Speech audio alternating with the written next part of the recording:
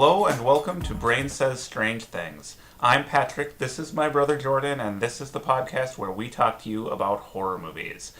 This time on Brain Says Strange Things, we are going to take a look at a couple of movies that fall within a genre that we're referring to as horror heroes.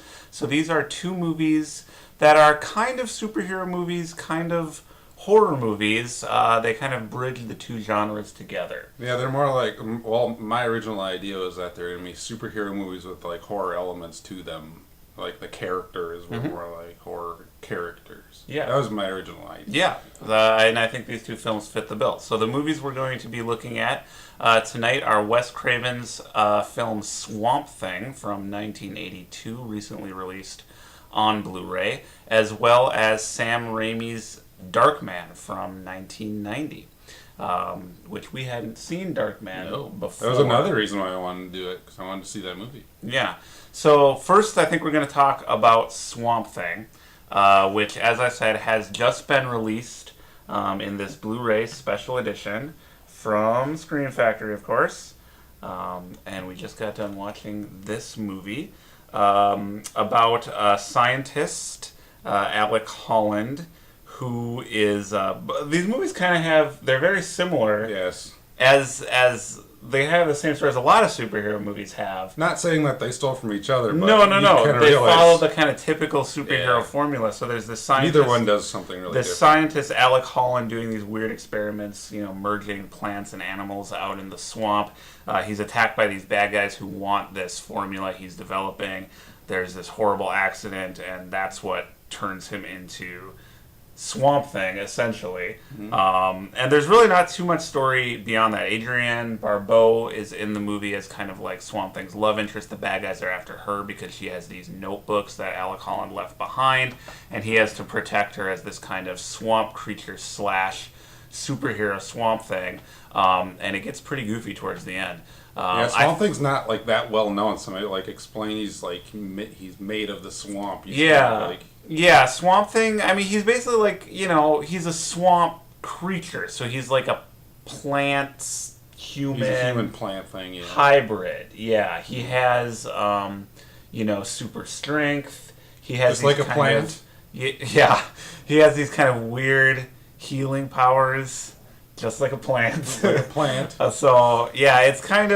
It's fairly nonsensical. But I actually kind of enjoyed Swamp Thing. I know you didn't seem to really care for it. So it's an okay what was movie. your kind of basic take? They're talking about which is better, this one or the of Darkman, the ones that we watched. I like Darkman better, but Swamp Thing to me I had watched it recently. To me, this time around, it looks so cheap, and that didn't help it any. I don't think. Everything about it that was supposed to work doesn't really work. Like you like the look of Swamp Thing. I did, yeah. I felt like they could have done so much more with that. The costume looked pretty bad. I thought. I don't know. I guess in broad daylight. Yeah, I don't know. I guess I kind of like the look of this movie. Now, keep in mind, I watch a lot of like Japanese monster movies, so that's why I think it might be like, and I'm a fan of like the original Star Trek. So like guys in suits. It was like he was fighting the Gorn at the end. Yeah, well, at the end was bad. The end was bad. But talking about like most of the movie up until like the other mutants came in at the end, which we can say a little bit. Like for the most part, I did actually like the look of this movie. Actually, especially watching it like back to back with Darkman. I thought Wes Craven's kind of sensibilities as a filmmaker gave the movie kind of a cool look and a cool feel, even though the material was as silly as it was in Darkman. I don't know, like, I like that it was filmed in an actual swamp. I thought it looked cool. The Swamp Thing outfit looks fake. It isn't maybe elaborate as you hoped it would be, or is that it even is in, like, the sequel or the TV series. But I kind of like the look of it. I thought I kind of like the look of it, too, a little bit. Yeah. Not necessarily, like, the look of the costumes and the special effects and stuff like that. I was okay with it. I mean, it was a low budget, but the way it was shot when it's just kind of a chase through the woods and stuff, It's almost kind of like documentary type. Yes. Stuff. And I like the long shots. You know, Wes Craven like films Yeah, it thoughtfully. Like I'm very curious to listen to the commentary. Then you're like convinced it's not a set. Yeah, and I'm You kind know of curious to listen to the commentary too, because this kind of material is not the kind of thing you associate with Wes Craven. Like the horror elements No. are, but the superheroes and the guys in suits fighting each But other. there was a lot less horror element to it. Yeah, but I also feel like he tried to kind of hold off on showing the creature, you know, fully for as long as he could get away with. I like the long, wide-angle shots where you would see Swamp Thing kind of walking behind the trees off in the distance, kind of like, you know, the Bigfoot footage that we've seen. I like Swamp Thing better when he was further away, too. Well, and I suspect Wes Craven may have as well. Yeah. But I do actually, for a man in a suit, that, yes, it does look like a man in a suit, I like the look of the creature. I like the look of Swamp Thing. I think it looks fine if you look at like a still image, but if you're watching like serious dramatic scenes up in close up, I don't know. Yeah, I don't know. Like I said, I probably have a weird kind of level of tolerance based on the kind of stuff I watch a lot of the time. So I was with this movie. I actually quite enjoyed it up until the third act.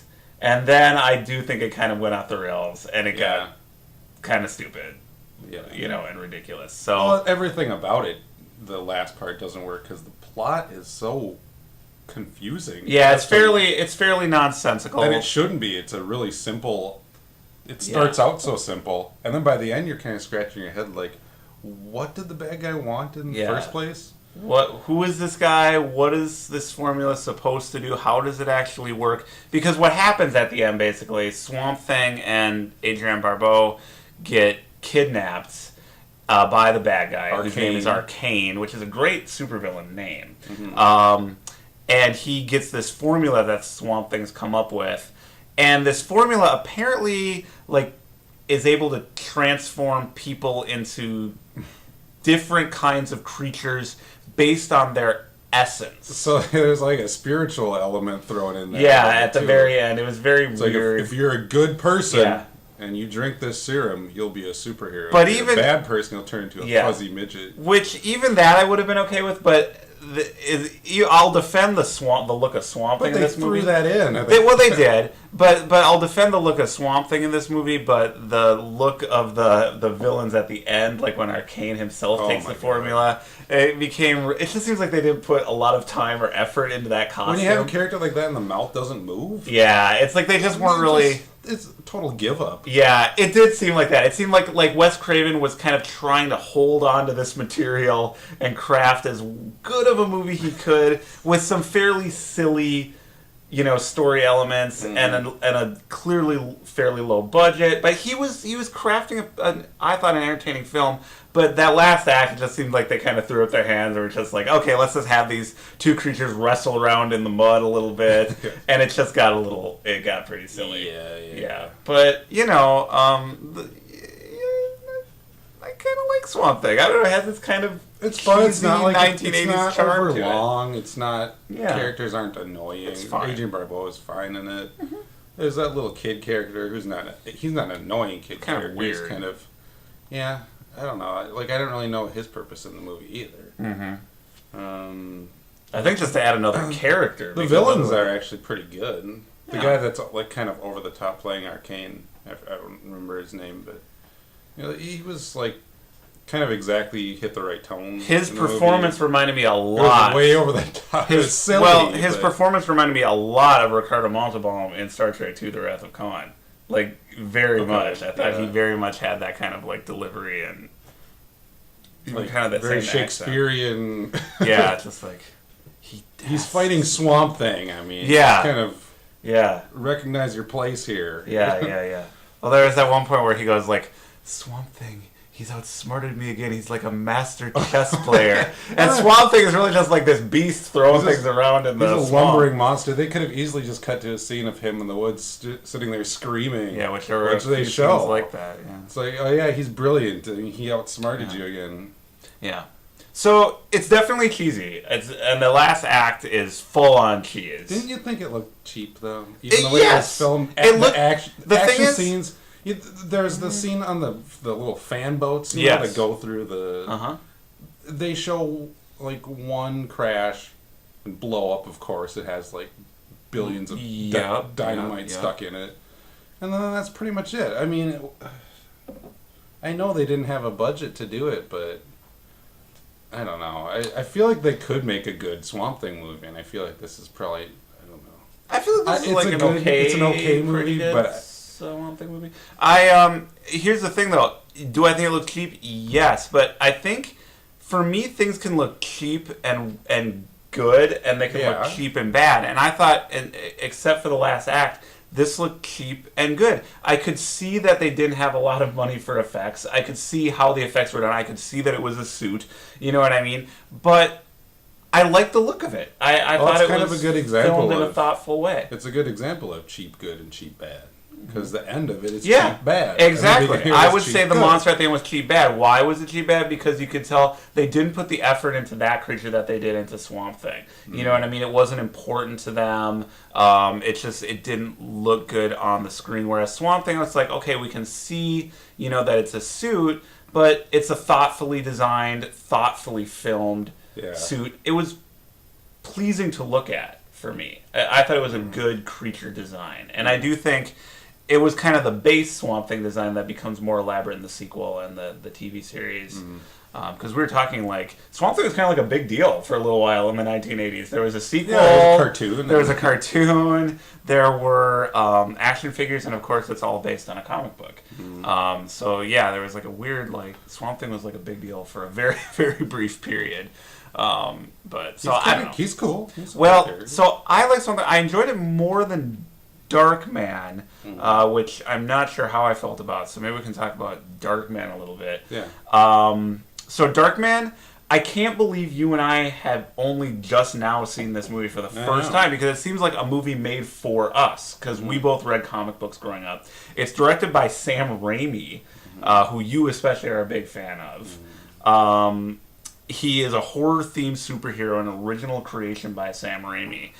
He's kind of like a Frankenstein superhero. He is. Or he looks that way. Yeah, so the title character is played by Liam Neeson, and I guess one of his early roles. It must have been for you to accept a role where your face is covered for 99% of the role. So Liam Neeson, again, is a scientist, kind of like Alec Holland in Swamp Thing. Blown up in his lab again. Blown up in his lab again because his girlfriend had uncovered some secret papers that the bad guy needed. There's a very elaborate plot with this real estate. Too elaborate. Yeah, I don't know. I didn't really follow everything that was going on, what the bad guys were actually after. Who cares? Whatever. There was this accident. The scientist in this film, Liam Neeson's character, had been trying to develop an artificial skin, I guess, for burn victims, and had come up with something that could only be stable in light, in daylight. I'm gonna watch you try to describe. In daylight for 100 minutes, and then the skin would melt. 99 after 99. At 100 minutes the skin would melt. So it was fine at night, but during the day the skin wouldn't last. Okay. It doesn't even have to be day or night. So hold that thought. So then Liam Neeson's character is hideously burned in this lab accident. Go figure. Yep. And he survives miraculously and sets himself up in this kind of, Batcave type lab. And his whole thing is he makes masks of various different people, perfectly, fake skin that he's developed. Well, he does it of criminals, of the bad guys, fit into the syndicate. Yeah, and get revenge on the people who attacked him. So, but of course, these masks during the day only last for 100 minutes, and then they melt away. So that's kind of Darkman's deal. If it sounds very convoluted, it is a little convoluted.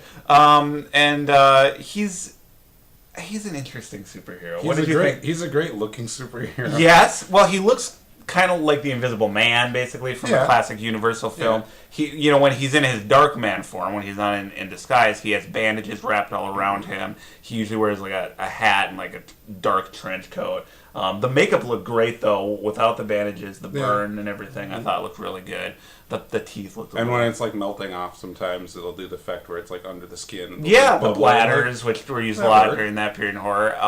Yeah, the effects in this were much better, but I didn't enjoy this film as much. Yeah. But you prefer this one. I don't think you loved it. And I think I know why. It's because I'm like usually more of an action movie fan.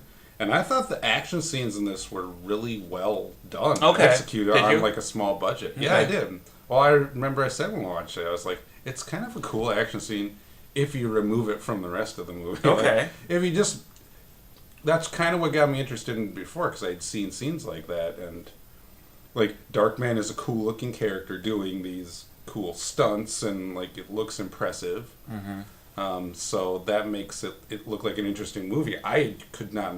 like explain the plot to you at all. I had no idea what was going on. Yeah. But then there's a scene where he's like swinging from the helicopter, and it's pretty amazing how they were able to do that with, I don't know. I mean, the rest of the movie doesn't. I can't imagine it had a huge budget. So I don't know. I thought it was kind of a cool idea, and I thought it worked, and it was shot well, and it's like Sam Raimi does action movies really well. And there's the other scene where they're on top of like the building still under construction, the girders. And they're like Darkman doesn't really have any superpowers. No, not really. So he's kind of out of his element, and the other, like the bad guy, he's like whatever, not afraid of heights. He's got better balance, so he's got the upper hand, and he's shooting at Darkman with the rivet gun. Rivet gun, yeah. And I thought that's kind of it's a good way of like using little like elements. Like he picks up a rivet gun. And he's shooting at him. You can and then see, there's the other part where they're like he's swinging the hooks and they're like flying around him. Now they're hitting him in the face. It doesn't really make much sense why this normal guy, like he should be dead. Right. But it's kind of a cool idea where he's like fighting this guy. It makes me sound like a little 12-year-old describing it. Yeah, but he's up in the the girders, a building still under construction, and then there's the hooks are like swinging all around him. Mm-hmm. I don't know. You're right. I see what you're saying. More of an action. Those are both towards the end, though. Yeah. No, you're totally right. I see what you're saying, and you can kind of see how these kind of sequences in a lower budget film like Darkman anticipated his work in Spider-Man, and especially Spider-Man 2. Yeah, he's kind of elaborate, super heroic, kind of larger than life. It also had a good sense of humor to it. Yes, it didn't take itself very seriously. Was kind of lacking. Swamp Thing was mostly lacking. There's that weird scene, and it's a famous scene too, where they're at the fair. He's trying to win a stuffed elephant. Yes, a stuffed pink elephant. Like that's kind of a famous scene that I've seen on YouTube before, and it's just really oddly shot. They're standing in front of. He's trying to win from one of those ball games where you throw the ball, and then you win the stuffed animal. Yeah, he's trying to win it for his girlfriend. Yeah. And his mask is like getting close to almost melting off. He's disguised as a secret identity, and he starts kind of being slowly driven insane. That's another little interesting thing. I thought that was kind of going on. Right, like Darkman's kind of like cracking up. It was kind of missing from Swamp Thing. Okay. And then that scene, he finally cracks. He's about to win it. He's like, "I'm gonna win you the fluffiest, biggest pink elephant ever." Mm-hmm. And then I gotta go. Yeah. And then. Like, it has, like, a really fun sense of humor to itself. Well, as you would expect from Sam Raimi. That scene happens, and he's just, like, going insane for some unknown reason, I guess. Mm-hmm. And it's just... It stands out from the rest of the film, but it's kind of... It's unique, I think. And Swamp Thing, I think, kind of misses... Yeah. I mean, I can't just compare it to Swamp Thing. No. I'm trying to compare it to other movies, too, on the whole. Yeah. And, I don't know. I think Darkman's a lot of fun. If you're looking for like a good superhero story, I don't think it necessarily is that. It's more on the lines of like a good, fun Steven Seagal movie or whatever, like a Jean-Claude Van Damme movie. Yeah, you kind of got to put your brain on autopilot and just kind of have fun with it. So I don't know. I had a lot more fun with Darkman. I don't know. You didn't like it, did you? Well, I think I did like Darkman.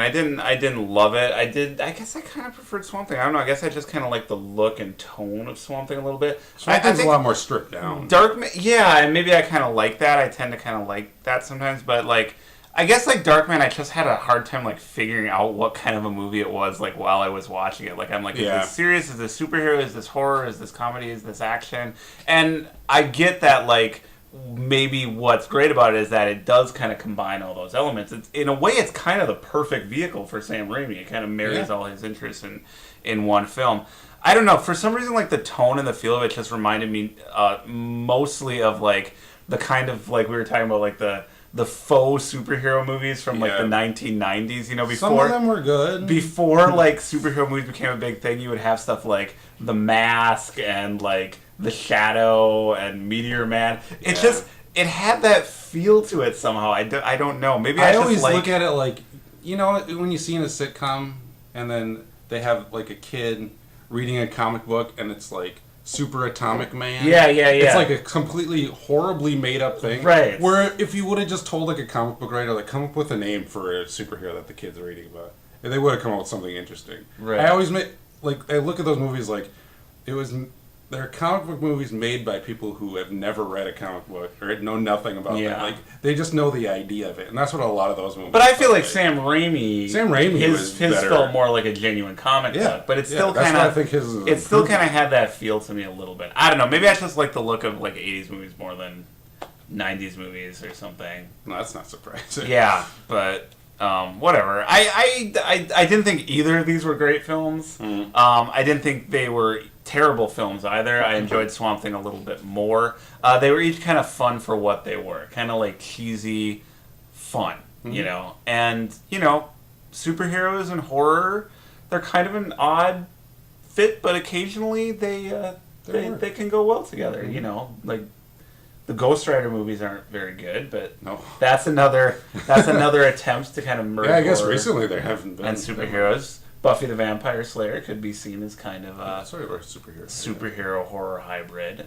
So it's kind of interesting. But so anyway, those were the two movies we saw. If you are interested in checking out these movies, the two sequels to Darkman are available right now for streaming on Netflix. So if you have Netflix, you can definitely check those out. We haven't seen those yet, but they're supposed to be pretty good, you said? Yeah, I've heard good for what you've heard. Swamp Thing, as we mentioned, has recently been released through Scream Factory on a Blu-ray DVD combo pack, and the same company will also be releasing a special edition of Darkman in the not-too-distant future, so that's definitely something to look out for all of you horror hero fans. So I guess that pretty much does it for this episode of Brain Says Strange Things. We'll leave it at that, and we thank you as always for watching. Check out Brain Says Strange Things on Facebook. Don't forget to like our page where you'll get teasers for upcoming episodes and all kinds of other cool horror-related stuff. And we'll see you back here again real soon. Thanks for watching. Thank you. Bye-bye.